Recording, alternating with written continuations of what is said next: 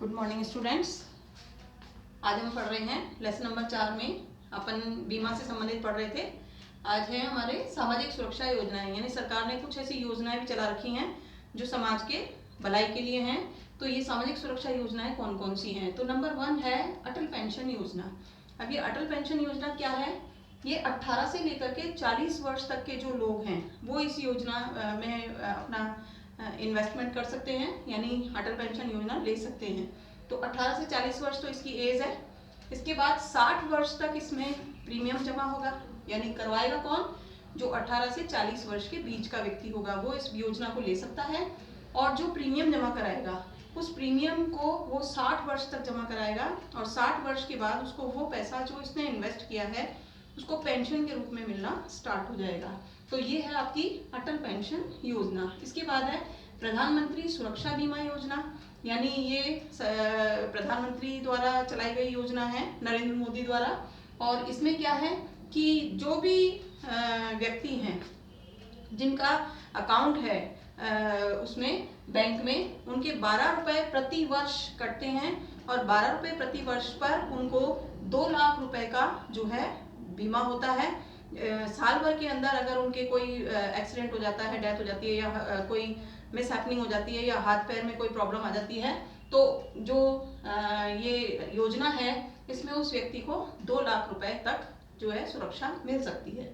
इसके बाद है प्रधानमंत्री जनधन योजना। हमने ये सुना था स्टार्टिंग में कि बहुत सारे लोग, गरीब लोग ऐसे थे जिनका बैंक में खाता भी नहीं था। तो सरकार ने, यानी प्रधानमंत्री नरेंद्र मोदी ने ज्यादातर लोग बैंक में खाता खुलवाएं, इसके लिए ये योजना स्टार्ट की थी, प्रधानमंत्री जनधन योजना।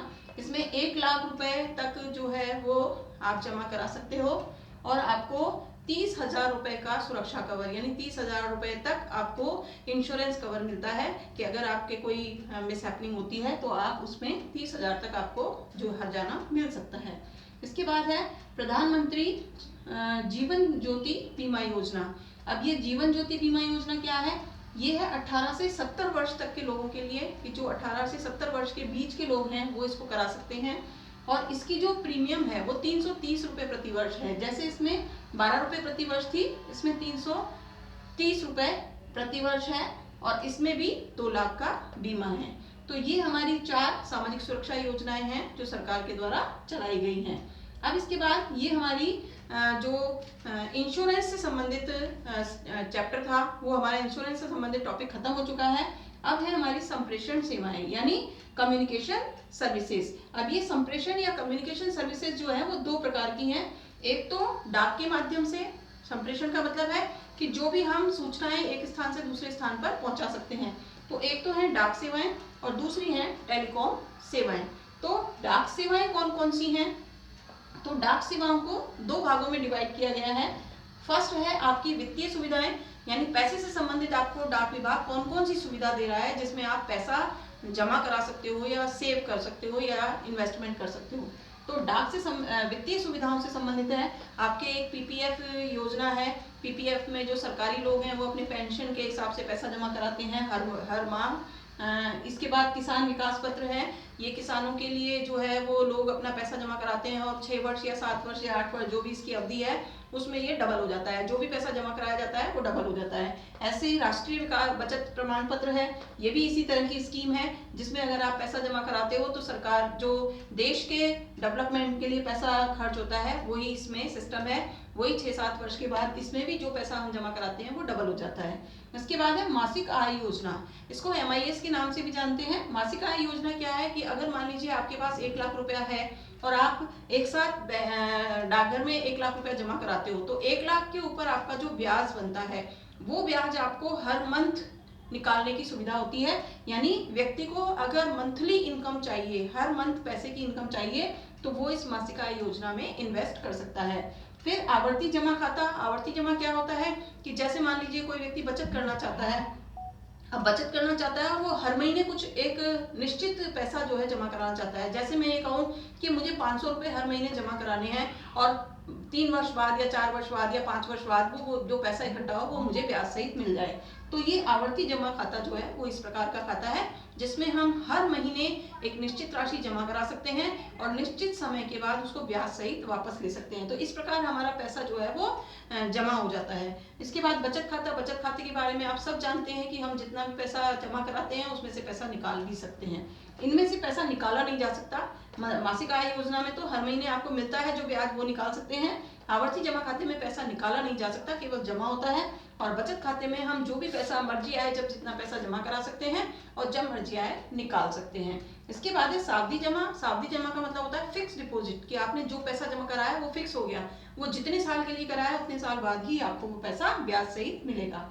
इसके बाद मनी ऑर्डर। मनी ऑर्डर हम सब जानते हैं कि मान लो हमको अपने किसी रिश्तेदार या मित्र या किसी व्यक्ति के पास पैसा पहुंचाना हो तो हम मनी ऑर्डर के माध्यम से भेज सकते हैं। ये सुविधाएं जो हैं ये वित्तीय सुविधाओं के रूप में डाक सेवाओं में आती हैं, यानी डाक वित्तीय सुविधाओं के रूप में ये सेवाएं प्रदान करता है। अब ये है डाक की सुविधाएं, यानी हमको जो चिट्ठी पत्री से संबंधित सुविधाएं हैं वो कौन कौन सी हैं। तो डाक से संबंधित सुविधा कौन कौन सी दे रहा है डाकघर। तो सबसे पहले पार्सल सेवा, यानी हम अपनी कोई भी वस्तु जो है पार्सल के रूप में अपनी स्थान से जिसको भी भेजना चाहते हैं वहां भेज सकते हैं। रजिस्ट्री। पार्सल सेवा में और रजिस्ट्री में क्या अंतर है। पार्सल सेवा जो होती है वो सिंपल डाक से जाती है और रजिस्ट्री जो होती है वो रजिस्टर्ड होती है। अगर वो रास्ते में कहीं खो जाए, गुम हो जाए या कुछ भी हो जाए तो उसका हर्जाना जो है वो पोस्ट ऑफिस को देना पड़ता है। तो ये रजिस्ट्री सेवा भी है। फिर बीमा सेवा भी है। इंश्योरेंस के जो आपके प्रीमियम वगैरह भरने की वो होती है वो आप डाकघर से भी करा सकते हो। इसके बाद बधाई संदेश हैं। अपन अपने शादी कार्ड हैं, ग्रीटिंग कार्ड्स हैं, वो एक स्थान से दूसरे स्थान भेज सकते हैं। मीडिया संदेश में आपने देखा होगा कि जितनी भी एडवर्टाइजमेंट एजेंसियां हैं अगर उनको बहुत सारे लोगों को एक साथ एडवर्टाइजमेंट करना हो तो वो मीडिया संदेश के माध्यम से भेज सकती हैं। विज्ञापन भी अगर कोई कंपनी करना चाहती है तो विज्ञापन के डाक के माध्यम से वो अपना विज्ञापन भी कर सकती है। ये जो आपके 185 देशों से मुद्रा हस्तांतरण। अब अगर हमको अपने देश से किसी दूसरे देश में अपने किसी रिलेटिव या रिश्तेदार को पैसा भेजना हो तो ये जो मुद्रा हस्तांतरण है ये 185 देशों में हम भेज सकते हैं अपना पैसा। इसके बाद है आपके पासपोर्ट की सुविधा। तो पासपोर्ट भी यहाँ से बनाया, पासपोर्ट जो बनता है वो डाकघर के माध्यम से ही बनाया जाता है। स्पीड पोस्ट, यानी हमको किसी चीज को तुरंत भेजना हो, तेज गति से भेजना हो तो स्पीड पोस्ट की सेवा भी जो है पोस्ट ऑफिस द्वारा दी जाती है। ये स्पीड पोस्ट की सेवा जो है ये 97 देशों में दी जा सकती है, यानी 97 देश ऐसे हैं जहां पर हम स्पीड पोस्ट के माध्यम से अपनी किसी भी चीज को भेज सकते हैं। और ये लगभग 1000 स्थान है। 97 देशों में 1000 स्थान है जहां पर हम स्पीड पोस्ट के माध्यम से अपनी किसी भी वस्तु को भेज सकते हैं। फिर ई बिल डाक। ई बिल डाक हमने सबने सुना है कि हम बिजली का बिल है, पानी का बिल है, टेलीफोन का बिल है, वो इस ई बिल डाक के माध्यम से जमा करा सकते हैं। तो ये हमारी हो गई आपकी संप्रेषण सेवाओं की डाक सेवाएं कंप्लीट हुई हैं हमारी। आगे हम पढ़ेंगे इसमें टेलीकॉम सेवाएं।